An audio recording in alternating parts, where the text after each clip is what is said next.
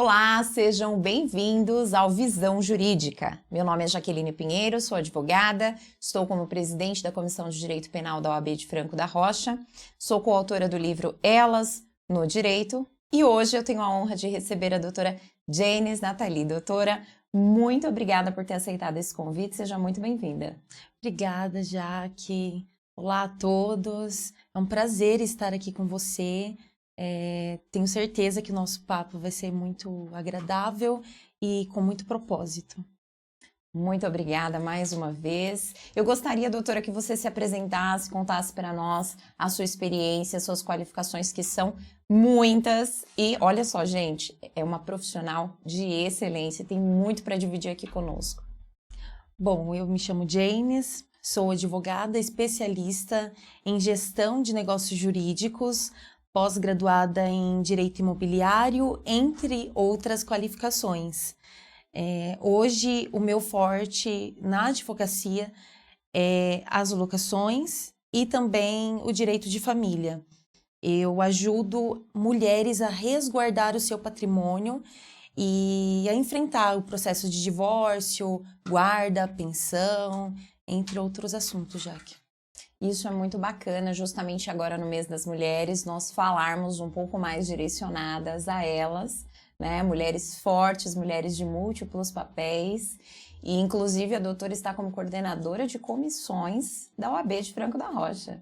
Exatamente. Além de presidente da Comissão de Direito Imobiliário, Notarial e Registral, eu também recebi o convite para poder presidir a coordenação das comissões e movimentar a subseção. Essa é a palavra que eu tenho falado nas minhas redes sociais e também para os presidentes de comissões. Precisamos movimentar a subseção da OAB de Franco da Rocha.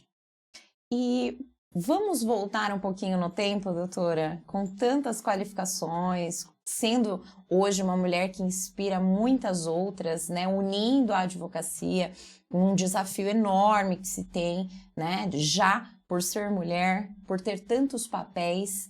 Por que direito? Já que eu brinco que o direito começou, ele entrou na minha vida antes mesmo do meu nascimento. A minha mãe, ela era infértil, ela recebeu um diagnóstico de infertilidade depois de uma perca gestacional de gemelar. E ela perdeu dois gêmeos, né? Um casal de gêmeos, Jaine e Jackson. E ela ficou depressiva, depressão pós-parto. Só que o meu pai, ele sempre foi um homem de muita fé. E ele não acatou a palavra do médico, né? Que foi aquele diagnóstico de infertilidade. Passados os anos, a minha mãe estava andando na rua e ela foi conversar com uma moça da igreja, uma senhora, e essa senhora pegou e falou para ela assim: olha, você vai ser mãe, e ser mãe de uma menina, de uma varoa. A minha mãe não acreditou. Ela colocava a culpa em Deus. Ela falava que Deus é esse que permite que eu venha sofrer e não ter filhos. Aí foi quando eu nasci. Então, no processo da vida, eu fui a prova que minha mãe precisava para crer em Deus, em acreditar em Deus e dar força pro meu pai para ele ter mais fé, acreditar mais nele. Que história linda. E é um renovo que Deus traz na vida das pessoas, né? Sempre que eu tenho oportunidade de falar de Deus, sempre que eu tenho oportunidade de falar, eu trago sempre uma palavra, algo que eu aprendi ali em Eclesiastes, em Provérbios, em Gênesis, a gente vai sempre trazendo isso, porque na advocacia, o nosso papel, para além de advogar, aquele papel social, de psicólogas, não é? Nós atendemos famílias com diversas dores, mas chega um momento que precisamos ter uma palavra a mais nesse acolhimento. Não é só a letra da lei, é a humanização. É? Exatamente. E aí você percebeu, você sentiu isso ao longo da sua vida, da sua criação, a necessidade da fé e a importância da advocacia. Sim, o direito o direito, ele é um propósito. Eu acredito que seja um propósito na vida de todos os advogados. A gente não começa tendo padrinhos, a gente não tem... Eu não tenho, né, família. Minha família, ela foi uma família muito humilde. O meu pai, ele é pedreiro até hoje. E graças a Deus, hoje ele terminou os estudos e ele está fazendo faculdade de engenharia civil. Olha que bacana. A minha mãe terminou os estudos também faz pouco tempo, se formou em pedagogia. Então, eu não vim de uma família onde tinha oportunidades, mas eu construí essa oportunidade, eu fui atrás, eu corri atrás, né? E nós, advogados, a maioria vem de baixo. E a gente vai construindo a nossa fortaleza, construindo o nosso patrimônio, né? Eu percebi que você se emocionou um pouco. Sim, falar da minha família é muito importante, eles são a base, né?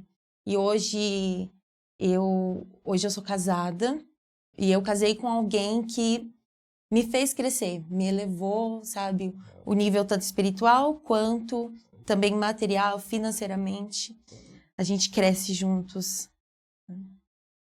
Isso é muito importante, dividir, compartilhar. É por isso que eu fiz questão de reforçar esse convite. Já era para termos feito esse encontro, não é? Desde que nós nos conhecemos, houve essa conexão, houve o despertar ali de um chamado para que nós nos aproximássemos ainda mais, não é? Sim. Com relação à advocacia, já me seguia, a gente já se admirava de longe e Sim. de repente a gente conseguiu se aproximar. E eu me orgulho muito disso, da sua história. O prazer é meu, você é uma pessoa querida, incrível, né? A sua história, ela é fantástica, a sua garra como advogada criminalista. Eu admiro os advogados criminalistas, parabéns, porque demonstra muita coragem. Eu não tenho essa coragem que um advogado criminalista tem, né? Eu prefiro ficar na minha área, que é direito imobiliário. Aliás, que no direito de família a gente também passa por várias situações bastante constrangedoras, posso até dizer isso, né? E quando a gente fala também e trabalha com famílias, nós temos o direito das crianças e adolescentes. Então, nosso olhar tem que ser crítico, mas tem que ser um olhar com mais carinho, um olhar voltado para a criança. E eu sempre falo isso para as minhas clientes, né? Eu falo que eu tenho os meus mini clientes. Que são esses adolescentes que precisam do apoio, né? Muitas vezes num lar que está se desfazendo, às vezes não se olha com tanto amor e carinho para as crianças que estão ali envolvidas. E você tem esse olhar. Exatamente. Eu já fui muito criticada porque, além de ser advogada, eu sou mãe, sou esposa e eu sou evangélica também.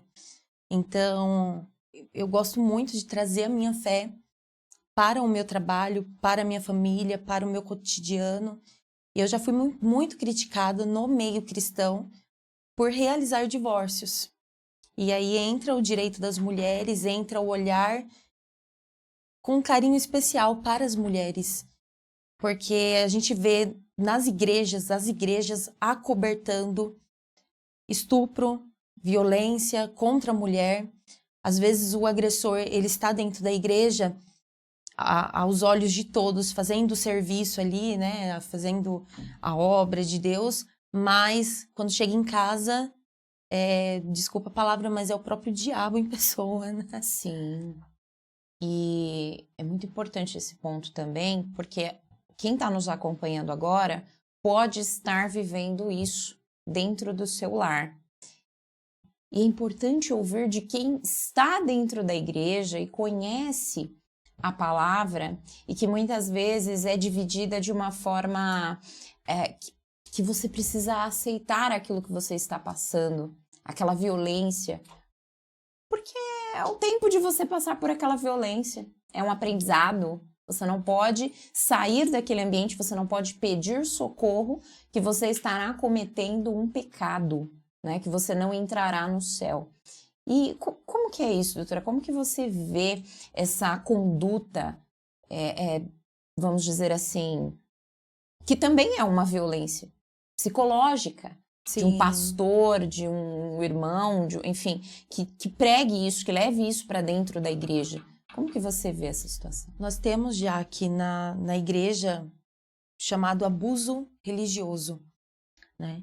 E quando acontece alguma coisa relacionado à violência contra a mulher dentro da igreja, e eu sempre falo, a igreja que se cala diante de uma violência, seja independente se for contra o homem, contra a mulher, que a gente sabe também que existe violência, né? Ali no lar conjugal, a mulher também pode bater no homem. Sim. Mas quando a igreja se cala e ela não toma uma posição como participante da sociedade, a igreja ela participa da sociedade. Quando ela se cala, ela consente com a violência. Isso é muito grave. Então, vai aqui um recado aos pastores de igreja, líderes religiosos que estão me ouvindo, levem palestras para suas igrejas, levem um aprendizado, conscientizem as mulheres acerca da violência, falem sobre o bom casamento, como que tem que ser o casamento, falem isso, levem advogados para palestrar nas igrejas. Isso é muito importante, falta isso. Deveria ter mais espaço de fala para dividir. É um papel social de todos nós. Exatamente. Todos nós precisamos levar conhecimento e não é mais aceitável. Já foi o tempo em que se aceitava por desconhecimento. E agora também já foi o tempo em que você aceitava por entender que era pecado. E, infelizmente, ainda tem muitas mulheres que desconhecem, que não têm a informação, que não entendem que aquele ato de violência ele não tem uma medida. No escritório, a gente já chegou a ouvir de que dessa vez ele me bateu muito.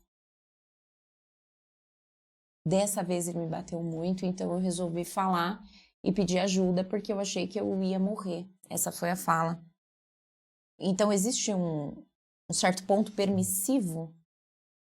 Se tivesse batido, mas só um pouquinho, estaria tudo bem? A conscientização, né? A conscientização. O conhecimento, é isso que eu bato na tecla. E o meu pai é pastor, também presidente, fundou o seu ministério, que fica em Cajamar, Assembleia dos Santos. E lá a gente faz um trabalho com as mulheres. Eu já cheguei a pegar casos de adolescente que chegou na igreja para receber uma palavra de apoio espiritual, de cunho espiritual, e saiu de lá com a consultoria jurídica gratuita. Então, por isso que eu falo, a advocacia, para nós advogados, tem um propósito. A gente recebe vários tipos de clientes na nossa mesa. Alguns como o diagnóstico que minha mãe e meu pai recebeu lá atrás, que não vai dar certo. Só que aí eles têm o direito e eles têm o advogado para falar por eles, para buscar por eles, né? Para representá-los. Dar voz para quem já não tem mais voz, não tem mais energia, já não sabe mais para onde ir. Né? Geralmente, quando se procura o advogado, a pessoa já buscou resolver de várias formas aquele problema, seja ele qual for, mas não conseguiu, não vê mais saída, não vê esperança. Sim. E aí busca ali, para além da advocacia, a humanização. Muitos falam, poxa, a doutora me olhou, me ouviu. Em alguns outros locais eu não fui olhada, ou não fui olhado, não fui ouvido. Homens que são vítimas de violência psicológica, física, moral, são torturados. Vítimas de falsas acusações de violência. Né? Nós precisamos conscientizar a respeito disso também, que muitas vezes se confunde e se utiliza o direito como arma para poder ter algum benefício material, algum benefício financeiro, de algum bem que está se discutindo num processo de divórcio, por exemplo. Então, ali as áreas acabam se encontrando, né? Do direito de família com o direito penal. Sim. A violência patrimonial, eu sempre digo que ela é sorrateira, ela começa aos poucos, ela começa como forma de cuidado. não, eu tomo a posição aqui por você, eu resolvo isso, não precisa se preocupar, eu corro atrás da documentação. Quando a mulher, ela vai abrir os olhos, ela vê que está havendo a ocultação do patrimônio, o marido às vezes esconde o real valor do salário que ele recebe. Então, isso não acontece de um dia para o outro. Leva tempo, leva anos. E é por isso que a gente precisa conscientizar também sobre a violência patrimonial, né? E no campo, na área imobiliária, é mais perceptível ainda. Às vezes o imóvel precisa ser regularizado, ou eu já vi casos onde o marido colocou a casa no nome da mãe. Sim. Então, isso é muito grave. E a esposa, a mulher, não, tá tudo bem. Ou seja, tem que ter um olhar crítico, tem que haver uma conscientização nesse sentido também. A violência patrimonial que se fala muito é a da quebra do celular, né? Também. Que é a mais prática, que a gente costuma ver mais acontecendo. Mas tem de diversas formas. Vou dar um exemplo aqui para vocês de um caso de divórcio que tinha violência física, teve violência psicológica, geralmente começa por aí, na psicológica, até alcançar a física, e eles também eram sócios. Eles tinham 2 comércios juntos. E ele invadiu esse comércio, jogou água nos computadores, jogou água nas maquininhas de cartão e também desligou a máquina que eles deixavam a fermentação dos pães a noite toda para poder vender no dia seguinte. Então, ela, no período da manhã, quando foi abrir o comércio, ela não tinha muitos dos materiais que ela precisava para fazer a venda logo em que abriu o seu estabelecimento. Então, isso foi uma sucessão de coisas, de atos de violência que não se entendia no primeiro momento, e o Poder Judiciário também ainda não tinha a adaptação para poder fazer uma análise e um julgamento correto, né? A delegacia de polícia se recusou a fazer o registro do boletim, inicialmente, porque não tinha provas, porque não tinha elementos, porque violência patrimonial, mas onde está? Cadê? E aí nós tivemos que entrar com a medida protetiva, e já aqui alertando você que não conseguiu fazer o boletim de ocorrência numa delegacia, por exemplo, que se recusou a fazer esse registro, não deve, tá? Não pode, mas se recusou, você pode fazer o boletim eletrônico e registrar ali o seu boletim narrando o que foi que aconteceu, e você também pode pedir diretamente ao Poder Judiciário a medida protetiva, tá? Então, você não precisa do boletim para você conseguir a medida protetiva. Você pode entrar diretamente e assim nós conseguimos essa protetiva pelas violências, tanto patrimonial quanto física. Sim. E no primeiro sinal de violência, essa mulher já deve realizar esse pedido.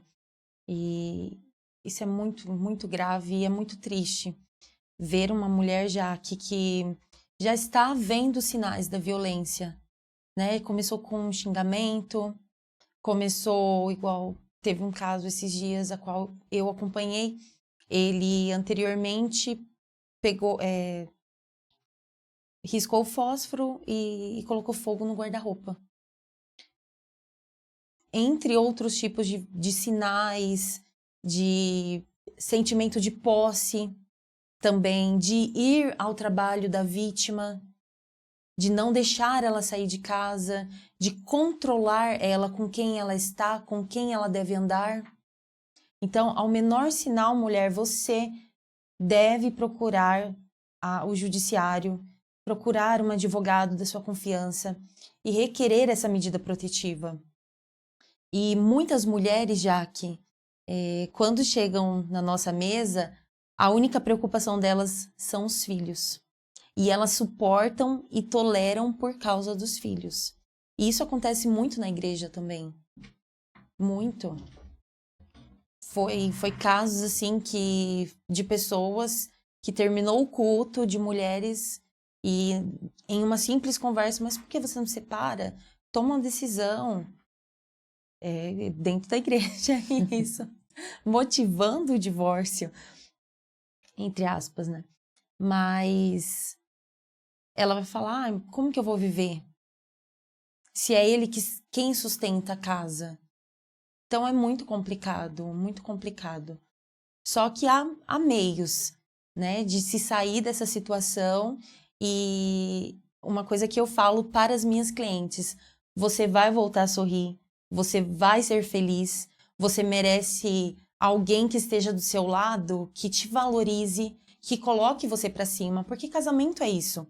Casamento é os dois juntos, como a Bíblia fala, em uma só carne, mas que um eleva o outro para cima, né? Que os dois cresçam juntos. E se você está nessa situação, que você abra os seus olhos e que Deus te dê discernimento. Você que, independente da sua religião, independente da sua fé, que você abra os seus olhos e tenha discernimento para poder prosseguir naquilo que você precisa fazer. Porque mudou o propósito a partir do momento que isso começou. Não é mais o propósito do casamento, nunca foi, não é?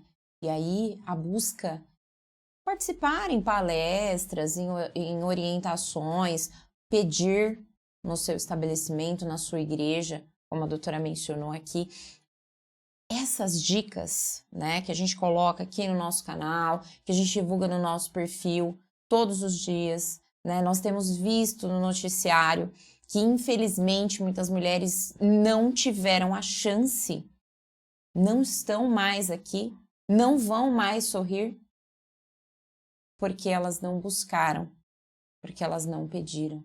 E algumas até pediram, mas não houve tempo. E agora, em abril de 2026, vai completar um ano da atualização que foi feita na Lei Maria da Penha para colocar a possibilidade da tornozeleira nos homens ali acusados de violência, né, contra a mulher. E o Conselho Nacional de Justiça, a Câmara, o Senado estão todos discutindo o projeto de lei para agora, em 2026, isso foi protocolado no mês de fevereiro, para que não fosse só uma possibilidade, que o juiz fosse obrigado, que a lei fosse alterada novamente, para que o juiz, se não determinar o uso da tornozeleira para esse homem que está com a medida protetiva em desfavor, justifique, fundamente muito bem o porquê. E que a mulher tenha ali o acesso digital, através da inteligência artificial, de onde ele está, se ele está se aproximando ou não, para que ela tenha tempo hábil de pedir socorro. Se ele extrapolar o limite e se aproximar, que isso dispare também na central da polícia. E essa é uma informação, é uma atualização muito importante que precisa acontecer de fato na Lei Maria da Penha. É preciso que seja muito mais do que um papel. Exatamente. Muitas mulheres estão com esse papel, estavam com esse papel nas mãos e infelizmente não tiveram a proteção que deveria. É só mais um papel, mas não é esse o objetivo. Já chega, né? Isso, já chega. Doutora, mulheres de múltiplos papéis, você nos homenageou esse mês, as advogadas na OAB de Franco da Rocha. Sentimos todas muito felizes, muito acolhidas, com o seu carinho, com a sua gentileza, com o seu amor, com o seu acolhimento, com as suas palavras. E como dar conta para a mulher que está aí nos assistindo, nos acompanhando, que é mãe, que é esposa, que tem ali as suas obrigações religiosas e ainda dar conta de tudo isso? Tem mães que estão nos acompanhando e que acham que não dá mais. Sim. Quando eu comecei a divulgar, eu passei na OAB e eu estava no puerpério quando eu passei na OAB. Tinha acabado de ter o meu filho, que hoje tem 6 anos completos, vai fazer 7 anos em agosto. E foi uma fase muito difícil. Eu tive que pausar as minhas atividades para ter o meu momento ali, gerar o maior tesouro da minha vida. E eu não mudaria nada do que eu vivi, né? Eu falo que eu suspendi ali, fiquei um tempo, né? Esse tempo foram 5 anos. 5 anos. 5 anos 5 anos me dedicando pro meu filho, me dedicando pro meu esposo e também para minha família, né? Me dedicando na igreja também. E dentro desse tempo de 5 anos que eu consegui gerar o meu filho, consegui acompanhar ali os primeiros anos da vida dele, eu tive o prazer de cuidar dele, né? Então foi bem na época da pandemia também, uma época dolorosa para todos nós. E foi nessa época também que eu comecei a me especializar. Então aproveitei que eu ficava em casa, o meu marido, ele saía para trabalhar, né? Sustentava a casa e graças a Deus, Deus colocou uma pessoa assim no meu caminho, que eu pausei as minhas atividades, mas ele continuou. E eu separei esse tempo para estudar. Passei na OAB, comecei a fazer pós-graduação, fiz pós-graduação em Direito Constitucional, depois passei para Direito Público, por conta da igreja também, do concurso público, que eu almejo também, que é a magistratura. E fui seguindo, fazendo uma. Quando eu fui ver, o meu currículo estava extenso e foi aí que, com 5 anos para 6 anos de idade, chegou o tempo de começar a advogar, né? Então, eu estou na caminhada aí da advocacia já fazem 3 anos, vai para 4 anos. E nesse tempo, foi o tempo que eu parei assim e falei assim, eu tenho que olhar agora para mim, né? Esses 5 anos eu me dediquei ao meu filho, me dediquei ao meu marido, me dediquei à minha casa. Agora eu vou olhar para mim. Agora eu vou no salão fazer o meu cabelo. Agora eu vou me cuidar mais. Agora eu vou estudar. Agora eu vou seguir a minha carreira, né? Então, é muito difícil. É muito difícil, Jaque, conciliar a maternidade e o trabalho. E eu sempre falo assim, o homem, ele chega em casa, ele senta no sofá e para ele acabou o dia, ele vai descansar. Agora nós não, chegamos no escritório, aí vai lavar louça, vai lavar roupa, vai ajudar o filho a fazer a lição de casa. Aliás, que o meu esposo, ele ajuda bastante, então, graças a Deus, eu tenho uma rede de apoio que é ele, né? Eu sou a rede de apoio dele e ele é a minha rede de apoio. Nós, desde quando eu tive meu filho, eu não moro perto da minha mãe, do meu pai. Então, eu não tive aquela rede de apoio de ter alguém para me ajudar, né? E eu vejo isso muito em mães solos, essa luta, né? E é um aprendizado, porque elas me ensinam também. Às vezes, quando eu penso em reclamar e vem uma cliente, eu sou mãe solo, tenho que gerir isso, executar isso. E a gente aprende muito, umas com as outras. E o que você deixa de dica para essa mãe que é solo, que não tem rede de apoio? Foco. Você pode fazer tudo o que você quiser, você pode ser o que você quiser, e o seu filho não é empecilho para isso. É o que eu trouxe para minha vida, claro, diferente um pouco, mas a gente precisa, às vezes, dar um tempo, só que é dar um tempo. Você vai continuar, você vai voltar. E eu sempre falo, os filhos crescem. Então, no momento que ele está ali na escola, no momento que ele vai fazer alguma atividade, você consegue se cuidar, você consegue olhar para si e se cuidar e focar em você, né? É foco. E a organização, né? Você sabe onde você quer chegar, você se organiza, tem o tempo que a criança está na escola, né? Tentar dividir, vai perder um pouquinho de sono, vai chegar um momento em que você já organizada vai conseguir pôr em prática e vai brilhar, né? Como a doutora comentou comigo esses dias, o seu filho foi um fôlego, uma inspiração a mais para você buscar, não colocado como empecilho, mas sim com mais energia, né? Sim, é um gás a mais, né? Os nossos filhos, a Bíblia fala que os nossos filhos são heranças do Senhor, né? Então, um filho, ele só é um motivo a mais para a gente querer vencer, né? Porque quando a gente chega lá no pódio, Igual quando eu fui receber a carteira da OAB, meu filho estava comigo. Meu filho me viu receber a carteira da OAB. E isso é emocionante, Jaque, né? A gente viver para um propósito. Essa é a palavra que eu vivo hoje na minha vida, sabe? Eu vivo para um propósito. E o meu filho é um propósito na minha vida. Ele é um propósito para o Senhor, né? Deus tem algo na vida dele que é inexplicável. Quando eu fiquei grávida, que eu descobri minha gravidez, 2018, dezembro de 2018. E foi no Natal, exatamente no Natal.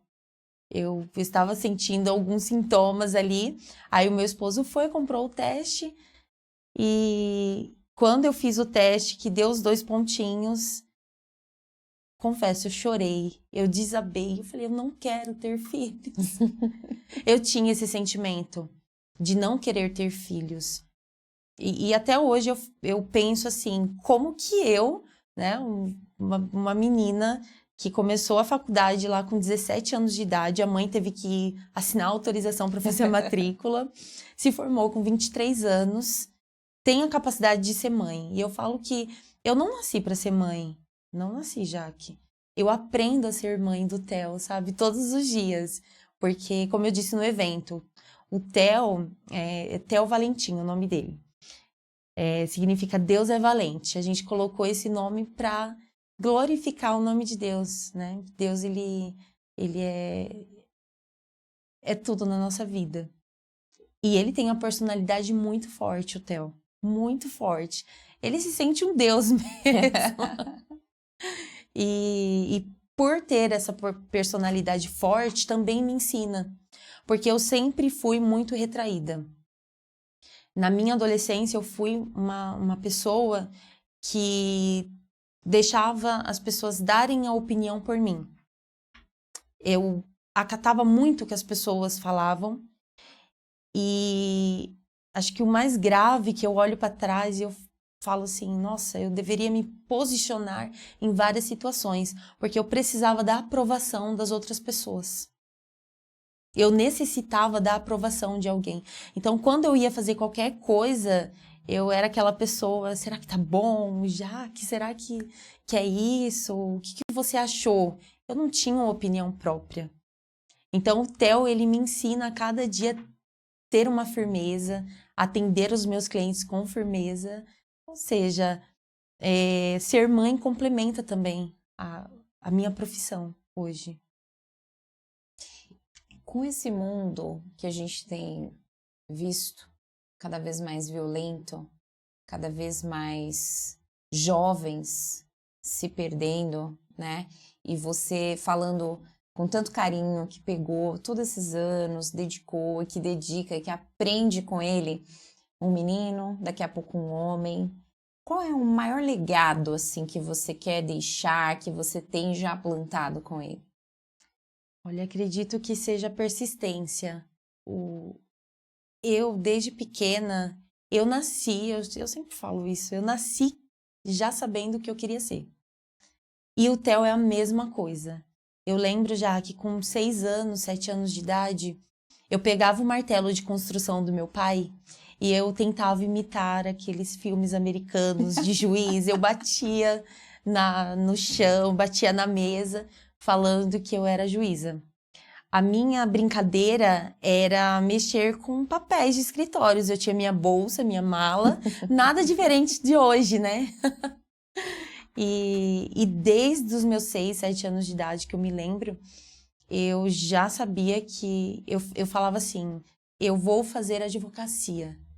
Eu não sabia o que era direito, eu não sabia o que era uma Constituição Federal. Os meus pais não tinham esse conhecimento e não me falavam, né? E eu desde pequena, eu vou ser juíza.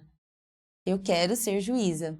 Aí minha mãe trabalhou num abrigo lá em Cajamar, chamado Sítio Agar, onde acolhe crianças que foram vítimas de violência ali dentro da família e também crianças com HIV, portadoras do vírus.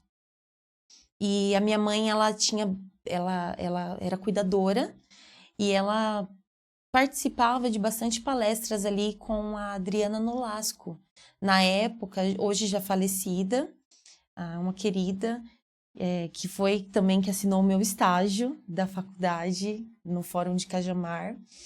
E a minha mãe falava sempre dela. Falava, a Adriana Nolasco foi lá e falou sobre o ECA. E isso me encantava, me encantava. Anos mais tarde, eu entrei no Fórum de Cajamar, no Juizado Especial Cível. Foi aonde eu iniciei o meu estágio. O primeiro mês foi no jurídico da Prefeitura de Cajamar. É lá que eu passei a parte da minha infância. E depois entrei no estágio dentro do Juizado Especial Cível, lá no Fórum de Cajamar. E eu lembro que a escrivã me pediu para me levar uns documentos lá no gabinete da doutora Adriana Nolasco. Eu fui morrendo de vergonha, bati na porta. Oi, doutora, excelência. Morrendo de vergonha. E foi quando ela virou para mim, ela perguntou, falou assim, o que você quer ser? Qual a carreira dentro do direito que você quer seguir?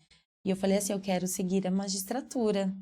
Aí ela falou assim, e que você consiga esse propósito, por isso que eu falo muito de propósito. E ela falou para mim entender e entender o meu propósito. E hoje eu entendo que, claro, a magistratura para mim é um sonho, estudo para magistratura, já tentei uma vez o ENAM, e hoje a advocacia para mim é um propósito, porque mais tarde, né, quem sabe o futuro a Deus pertence, e a gente vai estudando e se capacitando aí para os próximos passos, né? Mas desde pequena, decidida. E o Theo é a mesma coisa. Eu pergunto para ele o que ele quer ser, o pai dele pergunta para ele e ele fala que quer ser policial. Olha só! Decidido, muito decidido.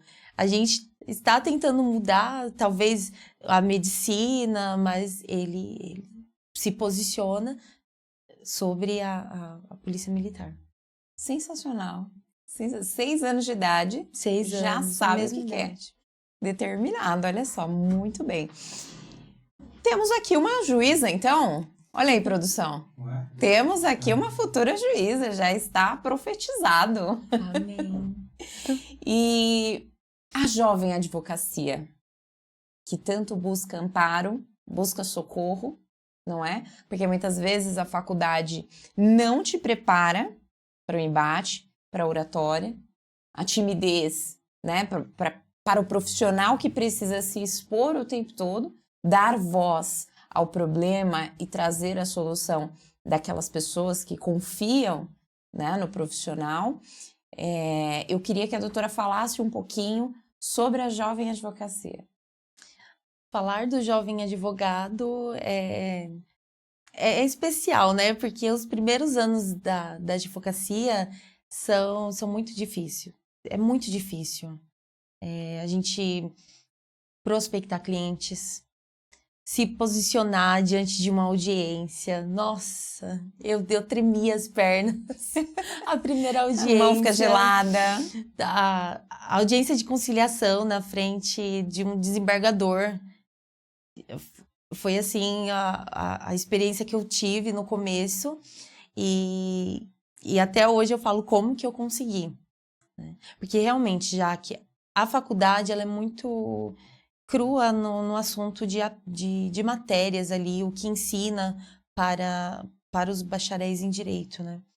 Então, eu não tive aula de petição inicial na faculdade, não tive aula de oratória, de simulação de audiência, não tive isso. Foi exatamente aquelas matérias introdutórias, direito civil, que eu amava, direito penal, nem tanto, mas o professor era excepcional. E realmente é um desafio. Mas é aquilo que eu sempre falo e desde o que eu estou falando desde o início da nossa conversa. É foco, persistência, é você não ter medo de atuar, não ter medo de ir no cartório. O cartório não é um bicho de 7 cabeças, o fórum não é um bicho de 7 cabeças, né? Você tem um professor de faculdade que ele, nos primeiros dias de faculdade, ele fez uma trollagem com a gente ali, aquela trollagem de professor. E depois dessa trollagem, eu lembro que eu estudava de manhã, o NIP, lá no campus de Alphaville. Imagina. Nossa. O pessoal que estudava comigo na sala, as meninas todas de escarpão, todas bem vestidas. E eu comecei a faculdade trabalhando à tarde, ganhando um salário de R$600. E esse salário de R$600 era o que eu pagava a faculdade.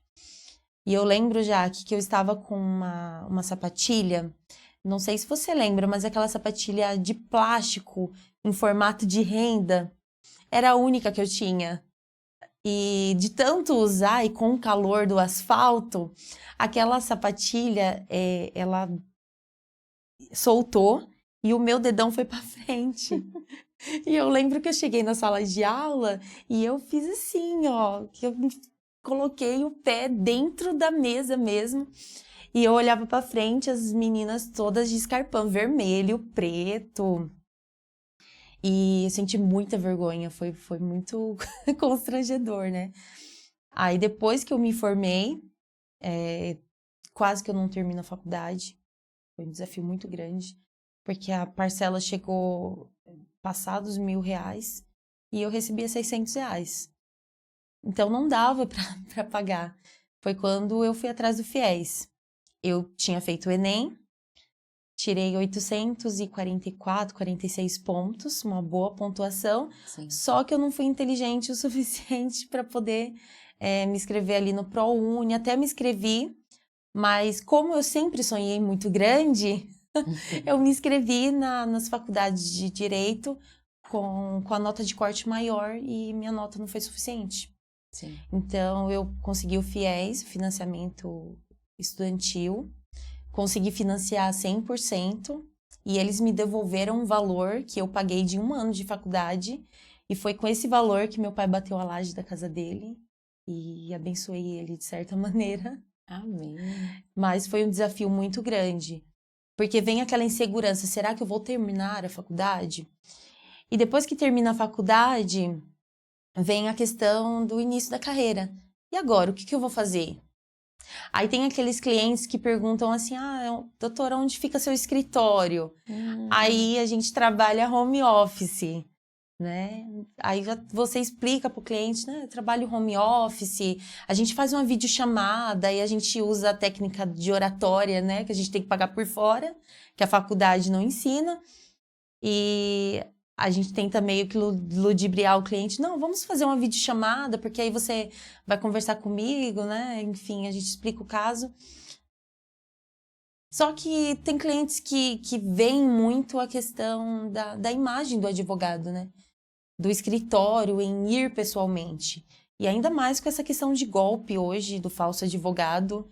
Então... Gente, tá demais. Demais. As pessoas mais antigas não têm muita confiança de fazer uma videochamada como advogado. Então, esse foi uma das coisas, assim, que foi uma grande dificuldade no início da minha carreira. Mas, com persistência e foco, tá tudo certo. A gente consegue e coloca Deus na frente, coloca a cara e já era. E hoje eu estou com o escritório físico, estou na ABM Escritórios, ali na Milton Prado, do lado da Caixa Econômica Federal, e as meninas super me acolheram lá, e a gente tem uma parceria bacana, e assim, a gente vai lutando e conseguindo, conquistando. E quem te procurar nas redes sociais, como é que tá o seu arroba? Meu arroba é Janes Nathalie Advogada, me segue lá. Como eu falei para você, eu atuo, o meu maior forte é na área de locações. Sou especialista em locações, posso falar isso hoje com muito orgulho. E isso foi aberto uma oportunidade para mim lá no começo da minha carreira. Foi através da Camila Barbosa, corretora, gerente também de vendas. E ela chegou em mim e falou, eu preciso de um jurídico para minha imobiliária. E eu, nova de OAB, eu falei, eu acabei de tirar a OAB, né? Eu posso dar consultoria, eu posso dar assessoria. E foi quando ela me abriu a oportunidade de assessorar a imobiliária. Foi aí que eu comecei a me especializar e a gerir a imobiliária, que é a Aba Negócios. Inclusive, um beijo para ela. Hoje ia trazer um livro de presente para você, acabou não dando, mas depois a gente conversa. E um beijo, Camila, muito obrigada pela oportunidade. Ela confiou em mim no começo. E a gente nunca esquece, né? Não. A mão que nos estende, que nos acolhe, a gente nunca esquece, fica guardado para sempre. Ela e o senhor Ivan, que é o esposo dela, dono da imobiliária Aba Negócios, me acolheram assim. Hoje já fazem 3 anos, desde quando eu tirei o OAB, vai fazer 4 anos que eu estou com eles. E tem uma diferença da consultoria e assessoria, né? Então, eu comecei com uma simples consultoria. Hoje, eu já assessoro eles no jurídico da imobiliária. E é uma parceria bem bacana. Inclusive, fica aqui a minha dica para as imobiliárias da região que quiserem uma consultoria, uma assessoria, procurem um jurídico, tenham um jurídico. Porque já que o que a gente encontra de erros em contratos de locações dentro de imobiliárias, procedimentos errados, imobiliária cobrando valores ali do inquilino de consulta, isso é vedado, não pode. Entre outras coisas abusivas que a lei do inquilinato ela menciona ali, e eu sempre falo, você quer começar uma locação e não quer ter problema ao final e durante a sua locação? Tem uma boa consultoria, uma equipe jurídica dentro da sua imobiliária, porque você fazendo tudo certinho, sem abrir exceções, né? Como vou dar um exemplo aqui, a garantia. Tem muitos proprietários imobiliárias, até imobiliárias, cobrando 2 tipos de garantias. A lei do inquilinato fala que somente uma garantia, ou cobra garantia ou cobra um aluguel antecipado. Isso não pode, é vedado pela lei do inquilinato. Ou você vai pedir ali a garantia fiança, seguro caução, tem uma forma de garantia também muito pouco utilizada, né? Tem uma discussão aí, que agora eu esqueci o nome, mas enfim, a lei do inquilinato trata ali sobre as questões. É que as pessoas ainda ficam no modelão, infelizmente, Sim. né? Dá aquele Google, fala, esse aqui tá bom, vai esse aqui mesmo. O importante é a gente ter um contrato para garantir que você vai me pagar. Exatamente. Só que ao longo daquele contrato, daquela relação negocial, muita coisa pode acontecer. Não Muita só coisa. o problema com o pagamento, né? Mas existem outras cláusulas que porventura podem ter sido quebradas, desrespeitadas do contrato. Mas e aí? Tem um artigo de lei desatualizado, Exatamente. tem uma exceção, é um contrato abusivo, ninguém leu. Quem foi que fez o contrato? De onde tirou? E agora, doutora? Exatamente. E a locação, ela sempre dá problema quando é aberto exceções. Então, por exemplo, a caução, né? O seguro caução. Geralmente é 3 aluguéis. A lei do inquilinato fala que essa caução ela tem que ser depositada em caderneta poupança e devolvida ao final da locação atualizada. Então, não é isso que é feito. Não. Aí dá problema e configura crime de apropriação indébita. Então, isso é muito grave. Né? Você, proprietário que está me ouvindo e aluga, administra o seu imóvel por conta própria, saiba que você pode responder por apropriação indébita. A doutora criminalista sabe falar mais sobre esse crime. 30 meses depois, vamos rever o contrato?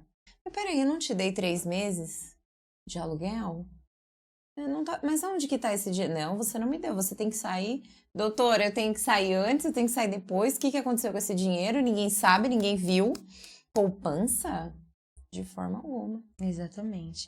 É um dos exemplos aonde é aberto uma exceção. Vamos fazer desse jeito que é mais fácil. E é aí que dá problema. É muito perigoso isso. Entre outras coisas, que se a gente for dispor aqui sobre a lei do inquilinato, a gente vai passar aqui várias horas falando aqui. E aí a gente vai fazer um programa temático para falar só do imobiliário, porque tem assunto, né? Exatamente. Tem bastante coisa para falar. Sim, tem vários empreendimentos nas regiões. Então, o advogado, ele também pode prestar essa consultoria. Na verdade, somente o advogado, ele tem a competência para prestar consultoria, assessoria jurídica. Então, se você também quer fazer uma compra de um apartamento, um imóvel, tem que fazer uma diligência, tem que procurar um advogado, rever as cláusulas do contrato.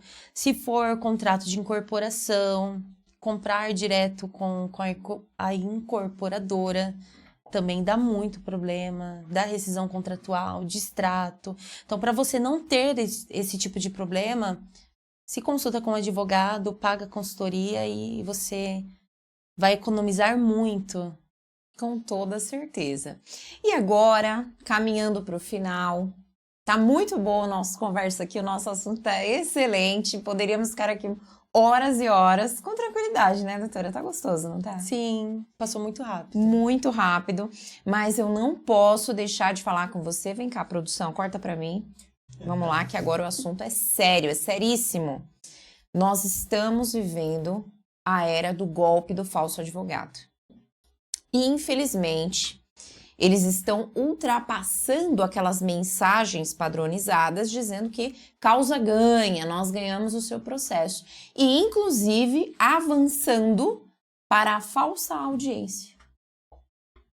Tem acontecido, doutora, com você? Muito. Só no dia de ontem foram 3 clientes que me mandaram mensagem. Só que e até um alerta para os advogados, tenham no seu escritório um método anti-golpe. Essa é a palavra que eu utilizo. Então, no meu escritório, os meus clientes, eles sabem quando o golpista entra em contato e qual método que eu utilizo, inclusive colocando também no contrato de honorários. Então, se você é advogado, me chama lá no meu direct que eu conto para você. Porque se a gente falar aqui, o golpista também nos acompanha, né, Jaque? Acompanha, o golpista tá aqui, ele tá seguindo, ele tá assistindo. Se a gente troca foto, ele troca também. E acaba, na pressa, te pegando ali na correria do dia a dia, no horário de pico, te pedindo dados bancários, te fazendo chamada de vídeo para garantir que de fato é sério, é alguém do escritório, porque o golpe começou assim: eu sou assistente da doutora, esse é o novo número do escritório. Depois foi avançando, agora sou eu, é a doutora. Mas a doutora não tem esse número. Não, troquei. Passa os seus dados bancários. A pessoa passa, para receber o dinheiro do processo, eu quero receber isso logo, passa. E aí onde o golpista diz, não, esses dados aqui, tem alguma coisa errada, né? Então vamos fazer o seguinte, você precisa pagar esses boletos aqui para tirar uma restrição tal que tem no seu nome, né? Você faz o pagamento desses boletos, que aí vai liberar essa restrição, e aí eu consigo fazer o pagamento para você. Já tô aqui no tribunal, já consigo fazer o pagamento para você. Ou ele te chama de vídeo, ele não aparece, é claro, porque ele tá tentando captar a sua imagem para fazer abertura de conta bancária, para fazer pedido de empréstimo. E se o seu advogado, ouça bem isso com muita atenção, o seu advogado, ele tem protocolo de atendimento, se ele ainda não tem, ele passará a ter, porque ele vai chamar a doutora Janice, ela vai explicar o passo a passo como ela faz, para que você fique blindado e protegido. Porque não é fácil, não existe mágica. Seu processo ele não vai sair assim do dia para a noite. E seguindo o protocolo de atendimento, você entenderá com quem você está falando. Você sabe aonde achar o seu advogado, como achar o seu advogado. Em qualquer das hipóteses, você tem a OAB. Sim. Caso, por alguma razão, esse advogado tenha trocado de fato o seu telefone, não tenha o tempo hábil de te comunicar, você pode ir até a OAB, pedir informações desse advogado. Sim. É o que acontece também quando um cliente ele tem dúvida, bate na porta de qualquer escritório de advocacia. Porque aí você pergunta, olha, me mandaram tal mensagem. Geralmente, pessoas de idade fazem isso, né? Eles lá no preferem escritório. contato presencial. Então, a gente vai ver, a gente entra no site da OAB, passa o telefone cadastrado, né? Passa o endereço, se o advogado tiver cadastrado o endereço.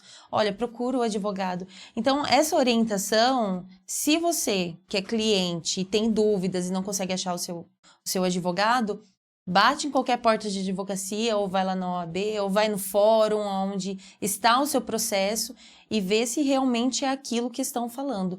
Mas não passe nenhuma informação. Não passe mesmo. Até porque já foi combinado a forma de contratação, não é? Já tem pré-estabelecido entre o cliente e o advogado qual será a forma de pagamento.